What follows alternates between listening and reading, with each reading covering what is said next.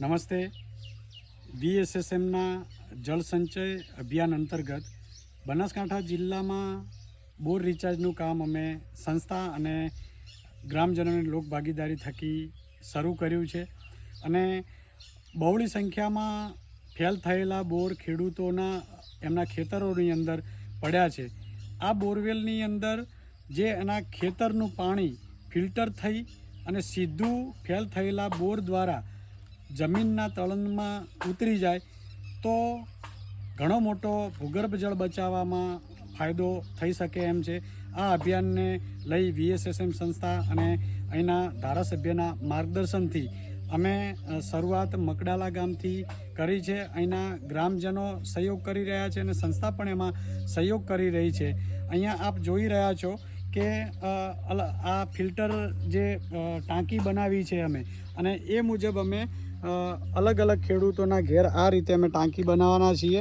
જે આપને હું બતાવી રહ્યો છું એ પ્રમાણે આ રીતે અમે એક અમારું જે મોડેલ આ રીતે તૈયાર કરેલું છે, જેમાં આપ જોઈ રહ્યા છો કે આ નીચાણવાળા ભાગમાં આ ખેતરનું તમામ પાણી છે. અહીંયા આખું ખેતર આ પાણીથી વરસાદથી ભરાઈ જાય છે અને પાણીથી ભરાઈ જાય છે. તેથી એ પાણી અમે અહીંયા જે ટાંકી બનાવી છે, પહેલું લેયર, કે પાણી અહીંયાથી સીધું આની અંદર આવશે.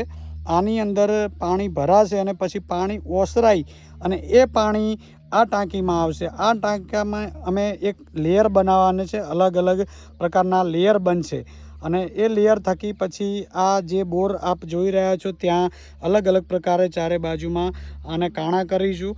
તેથી પાણી આ ટાંકીમાં આવશે, પહેલાં એમાંથી ઓસરાઈને આમાં જશે, આમાંથી ફિલ્ટર થઈ અને પાણી સીધું બોરવેલના માધ્યમથી અંદર ઉતરી જશે.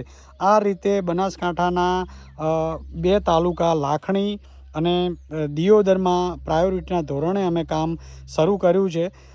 આપ પણ જો આવા કામો કરવા માગતા હોય, લોકભાગીદારી થકી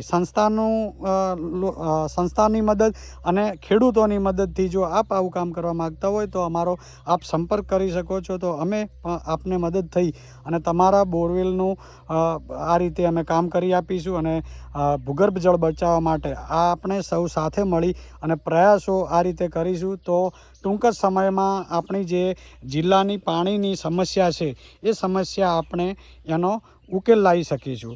મારી સાથે ગામના સરપંચ જાગૃત વ્યક્તિ છે, તો આપણે એમની સાથે વાત કરીશું. સરપંચ, આ શું ફાયદો થશે આનાથી ખેડૂતોને ઘણો બધો ફાયદો થશે અને પાણીના તળ જે ઊંડા જઈ રહ્યા છે અને દરેક ખેડૂતો આ રીતે પાણી જો ઉતારશે તો ઘણા બધા એને ફાયદો થશે અને પાણીના તળ ઊંચા આવશે.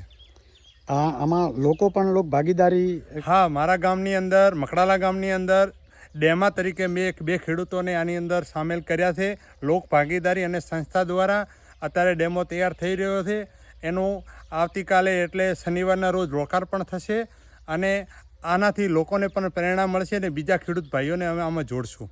આપણે ટાંકી નહોતી બનાવી એના પહેલાં ખેડૂતો આ પાણીનું કઈ રીતે શું કરતા હતા આયોજન? હા, ટાંકી નહોતી બનાવ્યું ત્યારે અમુક ખેડૂતો ખાલી પાણી ધોરિયા વાટે વાળતા હતા. અમુક પાણી વહી જતું હતું ડેલા મારફતે, એટલે ત્યાંના પાણીના વધુ ભરાવાથી અને ખેતીને નુકસાન થતું હતું. એટલે આ થકી ખેડૂત નુકસાનથી આપણે બચાવ કરી શકશું. સીધું પાણી બોરવેલમાં ઉતારી દેવું એ પ્રકૃતિ માટે અને જમીનના લેયરો માટે બહુ નુકસાનકારક છે. તેથી આ રીતે જો ટાંકી બનાવી અને ફિલ્ટર કરી અને સીધું પાણી બોરવેલમાં ઉતારવામાં આવે તો એ પાણી ફિલ્ટર થઈ અને પ્રોપર પદ્ધતિથી અંદર ઉતરે છે. મારી સાથે ગામના જાગૃત વ્યક્તિ કાંતિભાઈ છે. કાંતિભાઈ, તમે આવું મોડેલ કર્યું છે તો શું ફાયદો થશે અને તમે ખેડૂતોને શું કહેવા માગો છો? આ મોડલથી ખેડૂતોને ઘણો બધો ફાયદો થશે. પહેલું તો કે આપણે ડાયરેક્ટ પાણી વાળતા હતા એ ડાયરેક્ટ તળાની અંદર નુકસાનકારક હતું, પણ આ ફિલ્ટરથી પાણી અંદર રેતને જાય, અંદર અમુક તત્વો જે ઉપર પાણીના હોય, કોઈ દવાના હોય, કોઈ ઝેરી ખાતરના હોય, એ પણ અંદર જમીનની અંદર ને જાય. એનાથી અને આ પાણીથી ખૂબ બધો ખેડૂતો માટે ફાયદો થશે. અને અમારે અહીંયા તો બહુ પાણીની તકલીફ છે. 1200 ફૂટના બોર છે, હાલ 20 ફુવારા પાણી ઉપાડે છે, મોટી તકલીફ છે. અને સંસ્થા દ્વારા આ કરી આપવામાં આવ્યું એ બદલ સંસ્થાનો ખૂબ ખૂબ આભાર કહેવાય કે આ એક અમારે જરૂર હતી અને અમને સહયોગ મળ્યો એ બદલ સંસ્થાનો ખૂબ આભાર કહેવાય. આપ પણ જો આપના ગામની અંદર આવા કામ કરવા માગતા હોય તો અમારો સંપર્ક કરી શકો છો. લોકભાગીદારી થકી આવા કામો અમે આપના ગામની અંદર કરી આપીશું.